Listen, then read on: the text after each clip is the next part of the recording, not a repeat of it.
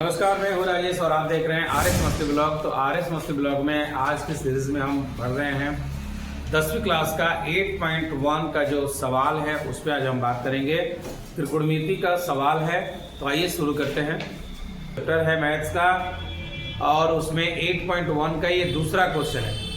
तो सवाल कह रहे हैं कि पी क्यू आर, जैसा कि बोर्ड पे आप देख पा रहे हैं कि ये एक त्रिभुज है और त्रिभुज में ये आपको दिया है पी क्यू बराबर 12, पी आर बराबर 13, क्यू आर हमको नहीं पता है और हमको से पूछ रहा है tan p minus cot R बराबर कितना होगा, ये हमको निकालना है। तो देखो बाबू, आपको पता है कि त्रिभुज पी क्यू आर क्या है। पी क्यू आर एक समकोण त्रिभुज है, ठीक है। ये तो पता है ना कि पी क्यू आर क्या है, समकोण त्रिभुज है। तो समकोण त्रिभुज में आपको पता है कि क्यू आर बराबर root under P R square minus P Q square. ये पाइथागोरस प्रमेय में हम लोग पीछे पढ़े थे त्रिकोणमिति के परिचय में कि पाइथागोरस प्रमेय में सबसे बड़ी भुजा का वर्ग अन्य दो भुजाओं के वर्गों के योग के बराबर होता है। तो उस हिसाब से हमको क्यू आर निकालना है। तो क्यू आर बराबर कर्ण स्क्वायर माइनस लंब स्क्वायर, यानी रूट में हम कर देंगे 13 स्क्वायर माइनस 12 स्क्वायर। 13 169 और 12 144, 25 आएगा, बाहर निकलेगा 5 सेंटीमीटर। क्यू आर कितना निकल गया, 5 सेंटीमीटर निकल गया। अब हम क्या करेंगे, tan p निकालेंगे, ठीक है।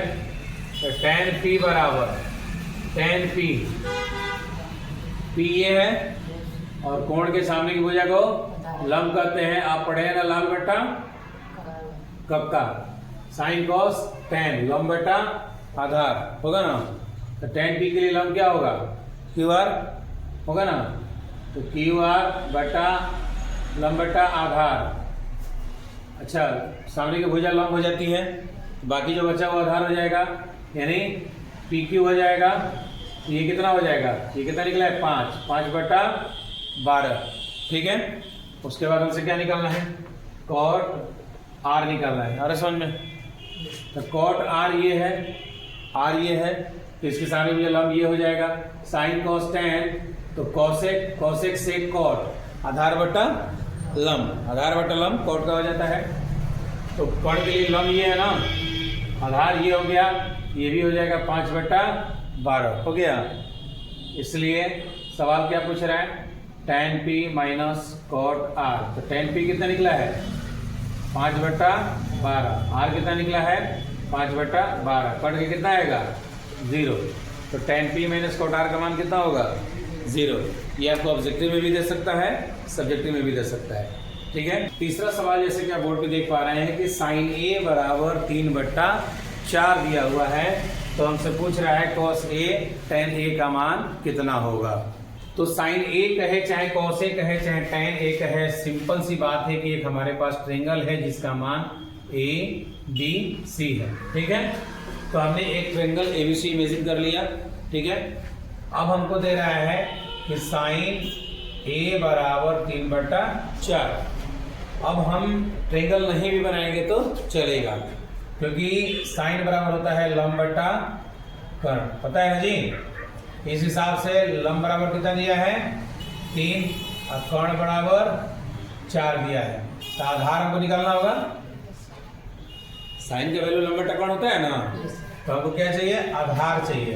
तो आधार बराबर कर्ण स्क्वायर माइनस लंब स्क्वायर। तो कर्ण कितना है 4 का स्क्वायर और 3 का स्क्वायर, 16 माइनस 9, ठीक है।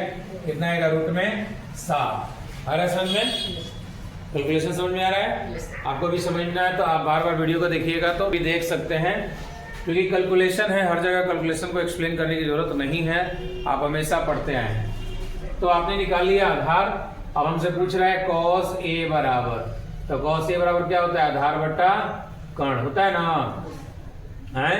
तो आधार कितना निकला है रूट में 7, कर्ण कितना है, कर्ण 4 हो गया आंसर। और tan a बराबर क्या होता है, लंब बटा आधार होता है ना। तो लंब कितना है 3, आधार कितना है रूट में 7। और चौथा सवाल कह रहा है कि 15 cot a बराबर 8, तो साइन a सेक a का मान क्या होगा, देखिए ध्यान से।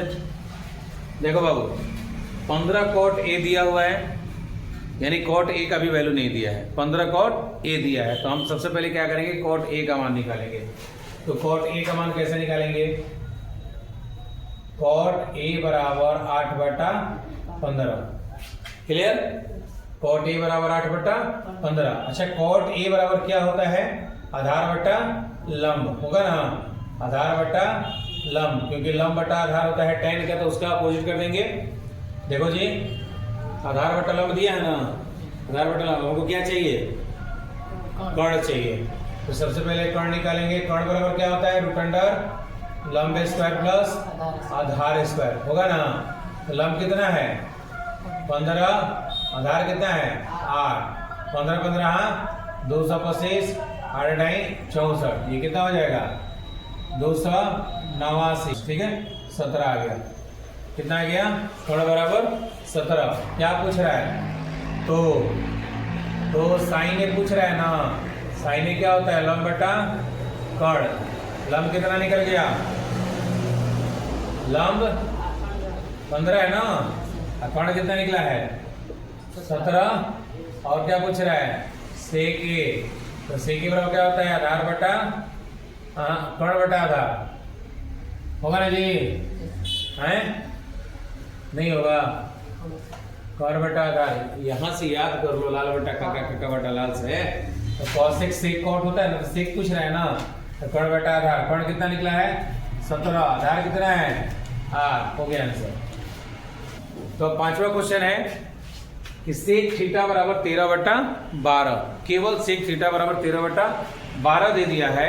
अब लग रहा होगा कि आपके लिए समस्या खड़ी हो गई, अब आपका दिमाग काम नहीं कर रहा है, केवल सेक दे दिया है और अन्य सभी त्रिकोणमितीय अनुपात पूछ रहा है ना जी। यानी क्या क्या पूछ रहा है, सेक दिया है ना, तो sine cos tan cos A और कॉट, ये पांचों का मान आपको निकालना है। आसान है कि भारी जरूरत है ये, आपको पता है ना कि साइन कॉस टैन कॉसेक से कॉट निकालने के लिए केवल 3 चीजें चाहिए, क्या, लंब कर्ण आधार, लंब कर्ण आधार, ये ना 3 चीजें चाहिए। तो आपको दिया है कि सेक थीटा 13/12, तो सेक बराबर क्या होता है, कर्ण बटा आधार। तो कर्ण बराबर हमको क्या दे दिया है, कर्ण बराबर 13, आधार बराबर 12, तो लंब बराबर क्या होगा, कर्ण स्क्वायर माइनस आधार स्क्वायर होगा। 13 169, 12 12 144, रूट में कितना आएगा 25, बाहर कितना आया 5, तो लंब कितना निकल गया है 5।